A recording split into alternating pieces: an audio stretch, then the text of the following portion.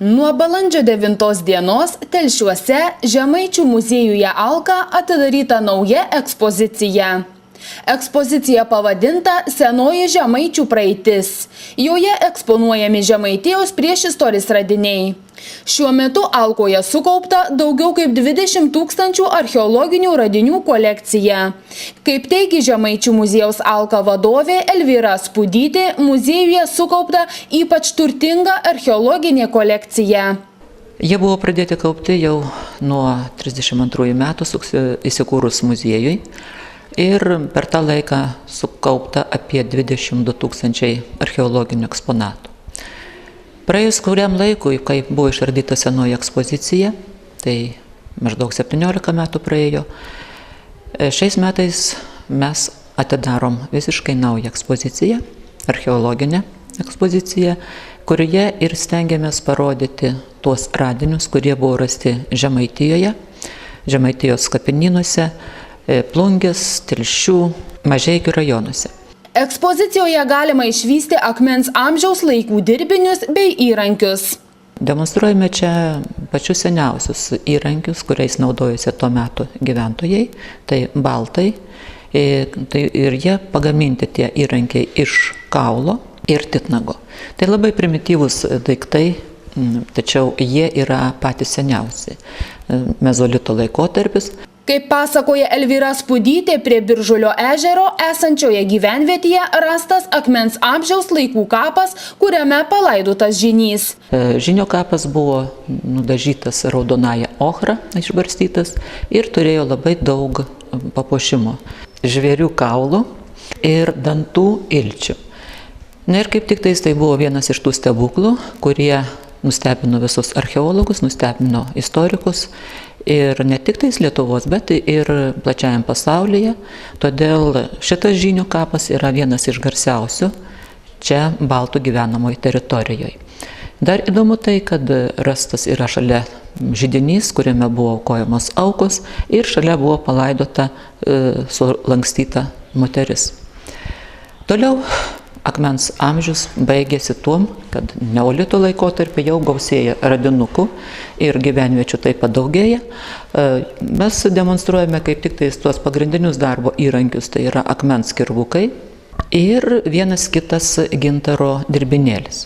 Prasideda bronzos amžius, į Lietuvą ateina patys pirmieji bronziniai dirbiniai, kirvukai.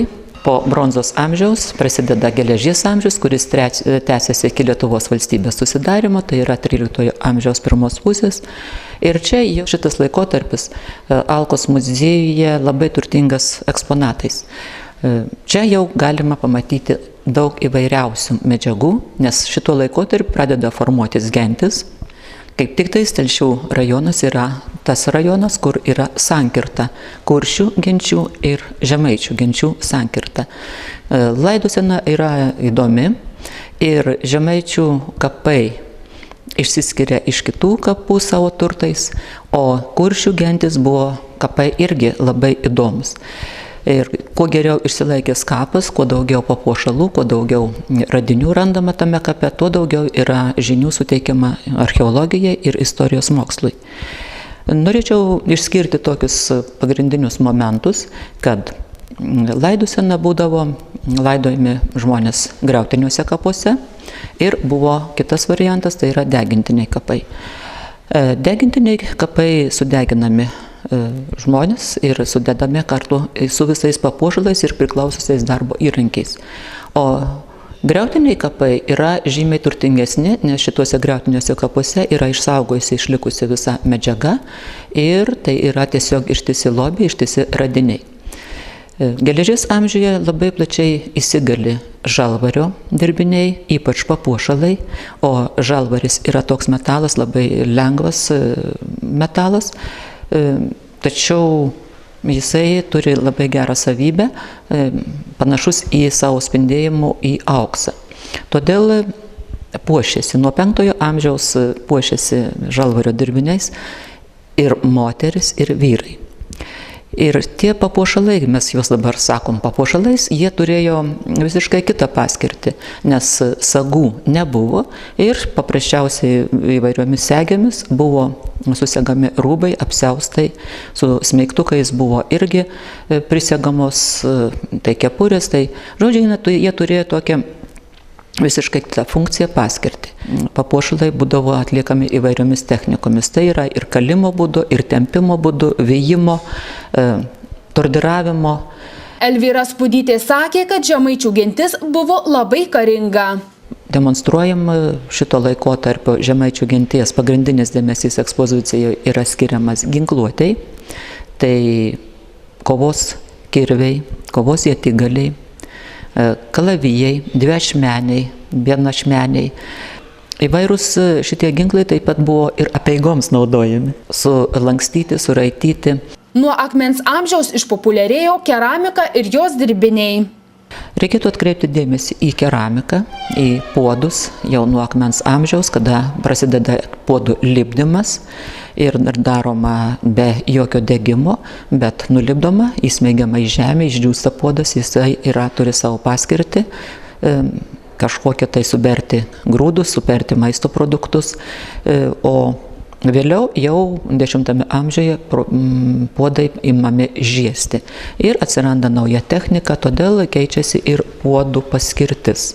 Ekspoziciją įkūrė Vilniaus dailės akademijos specialistai.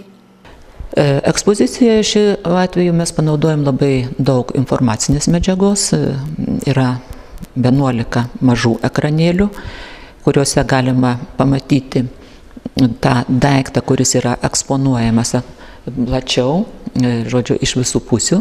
Jisai yra pritraukiamas, tiesiog fragmentiškai, išdidinamas ir jau čia, ypač besidomintiems įvairiomis technikomis žmonėms, tai yra tiesiog savotiškai įdomu pateikta. Ir žinoma, turime mes tą informacinį centrą, tai kur galima liečiamuoju ekranu, ir palietus ekraną išlenda taip pat pasirodo nauja medžiaga, žemėlapiai ir, žodžiu, galima susipažinti žymiai plačiau.